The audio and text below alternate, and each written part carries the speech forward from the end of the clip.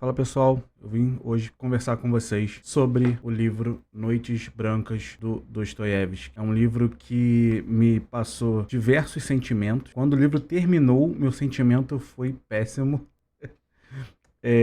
Na verdade, quando o conto, principal terminou, depois você tem uma breve continuação para você entender mais ou menos quem é o outro rapaz da história. Porém, esse livro me pegou de um jeito surpreendente, porque o Dostoiévski, ele capta você, ele prende você numa história. Confesso que inicialmente estava empolgado por ser Dostoiévski, né, a minha leitura, estava bem empolgado. Com o passar do tempo, a leitura foi me cansando um pouco, tá? Mas me cansou apenas no início, principalmente em alguns detalhes. Então, essa história ela se baseia em São Petersburgo, na Rússia. Lá na Rússia, principalmente nessa região, existe um fenômeno chamado Noites Brancas ou Noite Clara, que é um fenômeno onde o sol ele não se põe por completo. E você tem o personagem principal da história, né? Ele aparece para nós. Nós não sabemos o nome dele, a gente vê apenas o relato dele, né? Que é uma trama que fala muito sobre o amor, fala muito sobre solidão, fala sobre felicidade. Esse personagem depois a gente pode chamá-lo, né, de sonhador, porque ele informa a outra personagem que aparece que ele é um sonhador. Em nenhum momento a gente sabe o nome real dele. A gente começa acompanhando, né, a vida dele, né, como ele enxerga o mundo, né. Ele não tem contato com outras pessoas, basicamente, apenas com uma mulher que vive na casa dele, né. Não me atentei se é empregada ou se é alguma parente, creio eu que seja uma empregada, uma governanta, né? Vive nessa realidade onde ele basicamente não conversa com ninguém. Ele tem leves interações com outras pessoas. Ele, na verdade, tem mais interações na mente dele com até as casas, né? Então ele vai conversando com as casas, vai tendo uma familiaridade com as casas. E vemos que ele é uma pessoa muito solitária. Porém, é um homem muito, muito sensível. Ele tem uma sensibilidade muito grande, né? Sobre a vida, sobre o amor, sobre a felicidade. Você percebe que ele é um cara que tem um pensamento bem desenvolvido sobre isso, só que ele não tem a experiência, ele não tem a vivência sobre isso. Até que surge uma mulher na vida dele, que aí vamos ter pronúncias diferentes, né? Nastinka, Nastienka. Eu não sei russo, então não sei qual é a pronúncia. Eu joguei no Google, deu Nastienka, porém pode ser Nastinka também, não sei. Então vocês escolhem como vocês queiram chamá-la. É uma jovem, varia entre 16 e 18 anos, e eles acabam se encontrando, né? Se não me engano, o sonhador ele tem 26 anos. Eles acabam se encontrando e tem aí longas conversas e vão se conhecendo, né? E nesse fato de se conhecerem, eu confesso que eu achei o sonhador muito emocionado, cara. É um sujeito muito emocionado porque ele basicamente se apaixona pela menina. E ele se apaixona muito rápido pela menina. Eu acho que a falta de experiência dele realmente deixou ele bem emocionado nessa situação.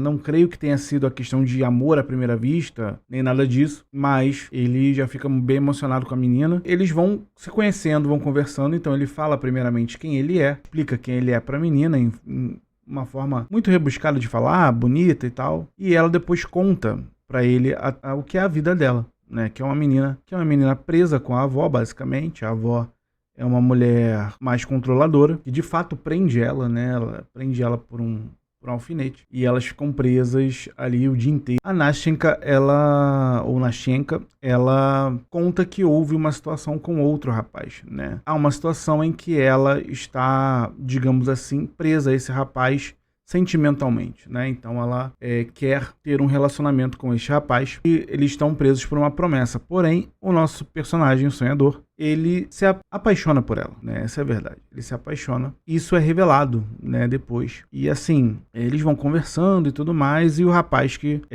falando bem superficialmente, tá, gente? O rapaz retorna após de um ano, quando tudo dava a entender que o nosso personagem, o sonhador, né, e a Nastenka, eles fossem ficar juntos, esse personagem retorna e embola tudo, né, para o nosso amigo sonhador, mas não na mente da Nastenka, né? A gente percebe que ela simplesmente abraça ele e dá um beijo até nele e vai para os braços do amado dela, né, em que ela falava várias vezes que ele era o amado, mas que ela conseguiria esquecê-lo, teria a mulher que tivesse o sonhador como homem, né, como marido, como namorado, seria uma mulher de muita sorte. Na verdade, as palavras as palavras dela foram somente por uma questão da desilusão que ela sofreu, né? Não foram palavras realmente sinceras nesse sentido, a meu ver, tá, gente? Então, assim, cada um tem as suas impressões. Eu achei a trama, bom, pra quem nasceu nos anos 90, meados dos anos 80, acostumados a ver Pedro e Júlia na Malhação, né, tocando Two Doors Down e Creed, então você se identificou um pouco com um sentimento ali que sempre dava errado em relacionamentos. A Nastya, e ela é uma jovem, então assim, ela não tem convicção nas coisas que ela fala. Claro, ela é uma jovem que está perdidamente apaixonada pelo outro personagem, e não pelo sonhador. Então é óbvio que, por mais que ela fale que ela vai conseguir esquecer o outro, que o sonhador é isso, que o sonhador é aquilo, ela vai conseguir amar o sonhador, cara, nada disso. Ela tem, como eu disse, ela é jovem, ela tem 16 a 18 anos. As coisas estão muito movimentadas nessa época da idade, hormônios e sentimentos. É uma jovem que, apesar de eu não ver uma certa maldade no que ela fala, mas é uma jovem que é puro sentimento. Então, assim, as coisas são voláteis quando as coisas são só sentimento. Ali entra muita discussão, né? Na verdade, entra uma discussão que as pessoas normalmente não fazem, que é a diferenciação de paixão e amor. Então as pessoas, elas confundem a paixão com o amor, né? O amor, ele não é um sentimento, o amor, ele é uma decisão. Então, a partir do momento que as pessoas conseguem compreender que o amor, ele é uma decisão e não um sentimento, que o amor, ele não é uma coisa passional, que o amor, ele não é uma coisa que é inconstante, que é volátil. A partir desse momento que as pessoas entendem isso, uma grande parcela de problemas na vida dessa pessoa, no sentido sentimental, ele é solucionado. Porque fica claro para nós que o sonhador e a Nastya, eles são dois jovens apaixonados, né? Ela, no caso, pelo outro rapaz, e ele por ela. Mas é paixão, não é amor, né?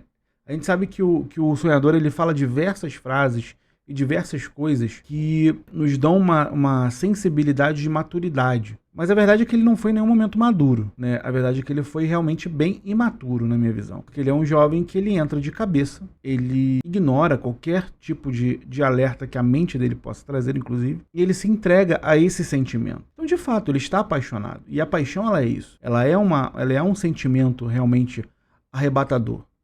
Então, quando você está apaixonado, você faz realmente coisas que você talvez não faria se não estivesse. O amar não é um sentimento, né? A paixão é. A paixão, ela passa. Com o tempo, ela passa. E normalmente, a paixão, ela dá espaço ao amor, né? Porque quando você entende que o amor é uma decisão, e sendo uma decisão, independe dos defeitos, não é você ficar cego aos defeitos da outra pessoa. Não é você ficar cego às manias e aos vícios da outra pessoa. O amor, ele significa que, apesar de tudo isso, apesar de você ver que aquela pessoa tem todos esses vícios, apesar de tudo isso, você decide ficar. Por quê? Porque existe algo maior do que simplesmente o defeito e os vícios dessa pessoa, que é o amor. Você decidiu por essa pessoa. E assim como ela também decidiu por você. Então isso é o amor, é uma decisão. Porque se o amor, ele for um sentimento, hoje eu amo, amanhã eu não amo mais. E é o que as pessoas hoje vivem, né? A quantidade de casamentos que a gente vê sendo desfeitos, né, fala que o amor acabou. O amor não acabou. O que acabou foi a paixão, o sentimento. Aquele quentinho no peito que as pessoas gostam de sentir,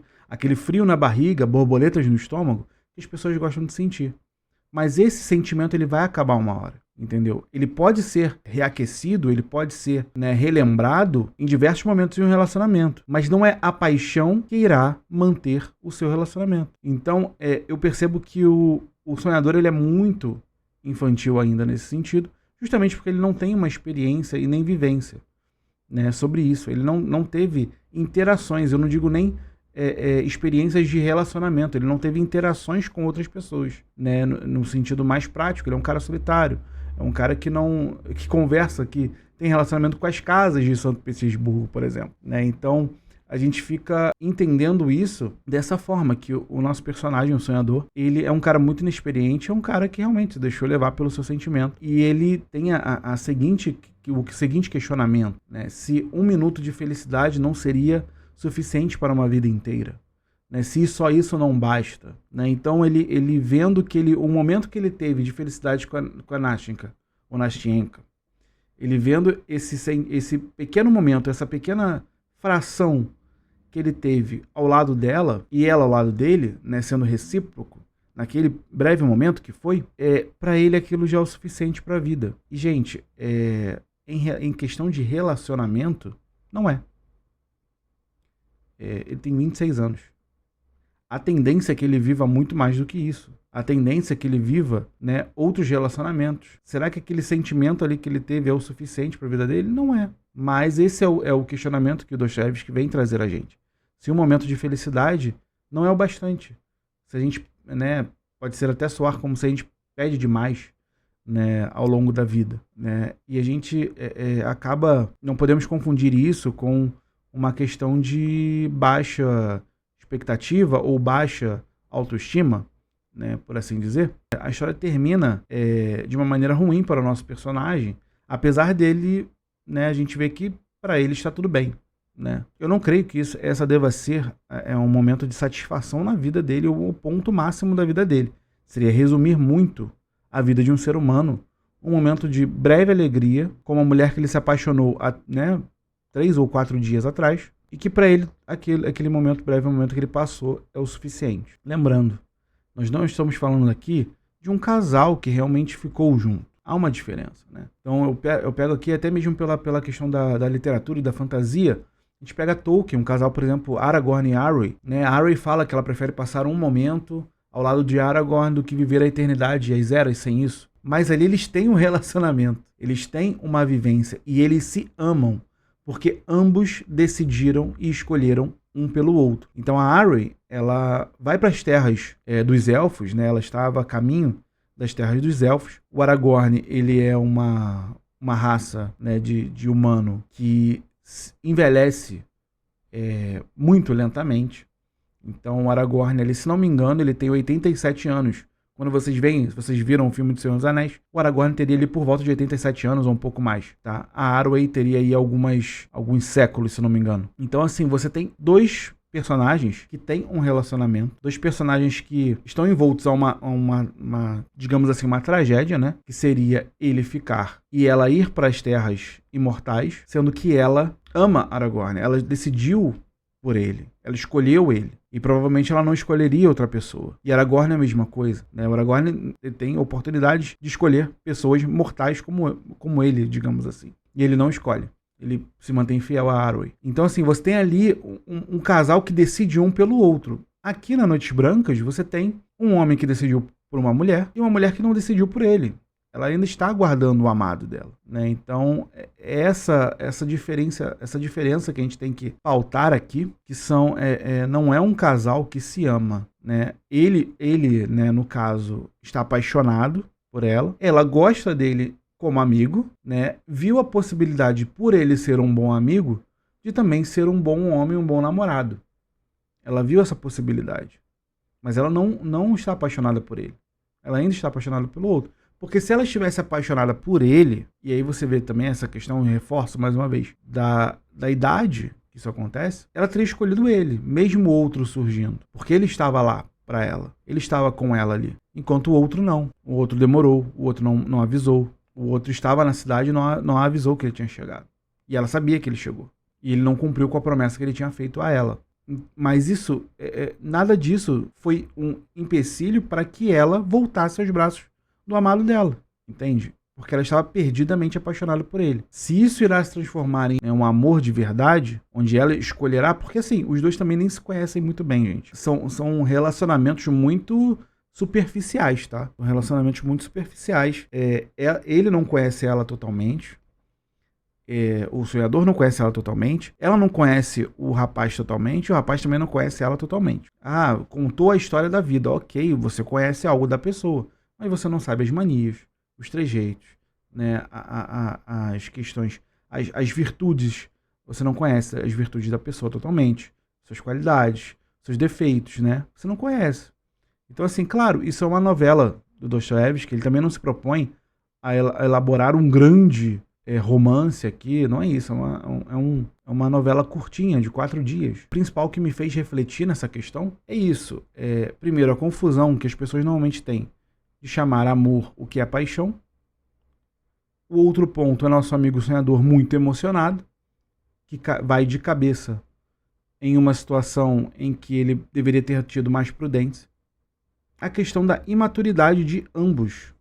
E digo mais, ambos os três. Tanto o homem que chega, né, que é o prometido da Nascienka, quanto da Nascienka e do nosso amigo sonhador. A imaturidade dos três é muito alta. O questionamento que Dostoiévski nos deixa, se um momento de felicidade é o suficiente, eu acho que não. Eu acho que a vida ela é composta de momentos de felicidade, né?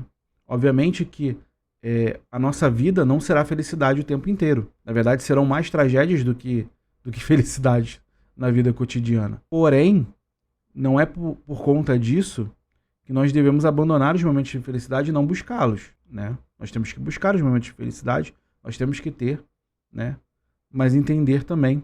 E aí entra uma questão de visão, né? Uma outra questão de visão. Então, a visão, né, de uma pessoa católica é entender que aqui teremos, né, um mundo de sofrimento, um vale de lágrimas, com momentos de felicidade. Mas a nossa felicidade não está nesse mundo, está no outro. Então também existe uma diferenciação. Dostoiévski, se não me engano, ele era ortodoxo. Então ele talvez tenha essa visão também em certos momentos. Fica nisso, essa questão. Existem diversas coisas que a gente pode levantar e apontar.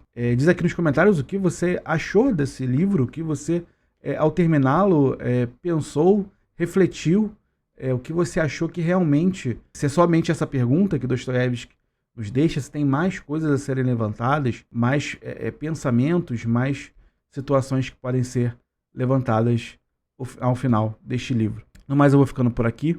Um forte abraço, fiquem com Deus e até a próxima.